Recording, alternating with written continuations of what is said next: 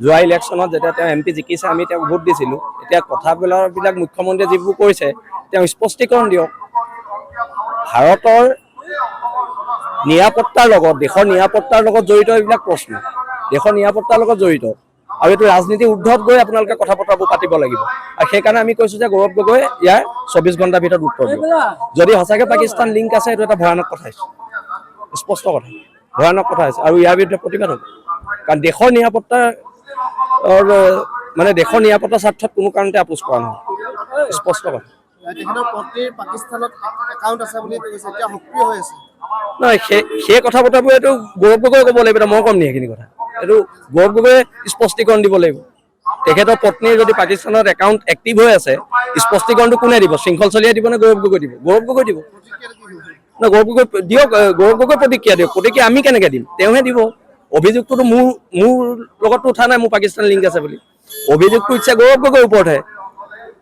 তেওঁ দিয়ক, গোটেই স্পষ্টীকৰণ দিয়ক। তেওঁ যে নহয় সেইটো তেওঁ প্ৰমাণ কৰক।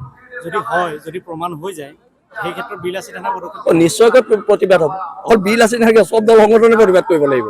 এইটো ভয়ানক কাণ্ড হৈছে। যদি মুখ্যমন্ত্ৰীৰ কথাখিনি সঁচা হয়, মইতো ভবা নাই সঁচা হ'ব বুলি, তেনে গৌৰৱ গগৈ কাৰণ আমি গৌৰৱ গগৈ ভোট দিছোঁতো। গৌৰৱ গগৈ ইয়াৰ ৰিপ্লাইটো দিয়ক, অসমৰ জনসাধাৰণক দিয়ক, খিলঞ্জীয়া মানুহক দিয়ক। নিশ্চয়কৈ ইয়াৰ ভিতৰত প্ৰতিবাদ হ'ব। আৰু এতিয়া আমাৰ এখন গ্ৰুপ মিটিং হ'ব, তাত বাকীখিনি সিদ্ধান্ত আমি জনাম। যোৱা ইলেকশ্যনত যেতিয়া তেওঁ MP জিকিছে আমি তেওঁক ভোট দিছিলোঁ। এতিয়া কথাবিলাক মুখ্যমন্ত্ৰীয়ে যিবোৰ কৈছে তেওঁ স্পষ্টীকৰণ দিয়ক। ভাৰতৰ নিৰাপত্তাৰ লগত দেশৰ নিৰাপত্তাৰ লগত জড়িত এইবিলাক প্ৰশ্ন, দেশৰ নিৰাপত্তাৰ লগত জড়িত আৰু এইটো ৰাজনীতিৰ ঊৰ্ধত গৈ আপোনালোকে কথা বতৰাবোৰ পাতিব লাগিব। আৰু সেইকাৰণে আমি কৈছোঁ যে গৌৰৱ গগৈ ইয়াৰ 24 ঘণ্টাৰ ভিতৰত উত্তৰ দিব। যদি সঁচাকৈ পাকিস্তান লিংক আছে এইটো এটা ভয়ানক কথা হৈছে, স্পষ্ট কথা, ভয়ানক কথা হৈছে আৰু ইয়াৰ বিৰুদ্ধে প্ৰতিবাদ হ'ব। কাৰণ দেশৰ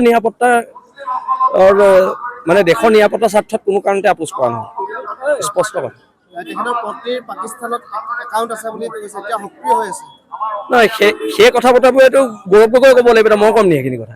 এইটো গৌৰৱ গগৈয়ে স্পষ্টীকৰণ দিব লাগিব। তেখেতৰ পত্নীৰ যদি পাকিস্তানত একাউণ্ট এক্টিভ হৈ আছে, স্পষ্টীকৰণটো কোনে দিব? শৃংখল চলিয়াই দিব নে গৌৰৱ গগৈ দিব? গৌৰৱ গগৈ দিব। নহয় গৌৰৱ গগৈ দিয়ক, গৌৰৱ গগৈ প্ৰতিক্ৰিয়া দিয়ক। প্ৰতিক্ৰিয়া আমি কেনেকৈ দিম? তেওঁহে দিব। অভিযোগটোতো মোৰ লগতো উঠা নাই মোৰ পাকিস্তান লিংক আছে বুলি। অভিযোগটো ইচ্ছা গৌৰৱ গগৈৰ ওপৰতহে। তেওঁ দিয়ক, গোটেই স্পষ্টীকৰণ দিয়ক। তেওঁ যে নহয় সেইটো তেওঁ প্ৰমাণ কৰক। যদি প্ৰমাণ হৈ যায় সেই ক্ষেত্ৰত বিল আছে নিশ্চয়কৈ প্ৰতিবাদ হ'ব। অকল বিল আছে নাথাকে, চব দল সংগঠনে প্ৰতিবাদ কৰিব লাগিব।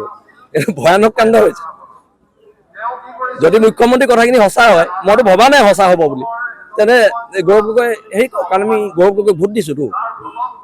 গৌৰৱ গগৈ ইয়াৰ ৰিপ্লাইটো দিয়ক, অসমৰ জনসাধাৰণক দিয়ক, খিলঞ্জীয়া মানুহক দিয়ক।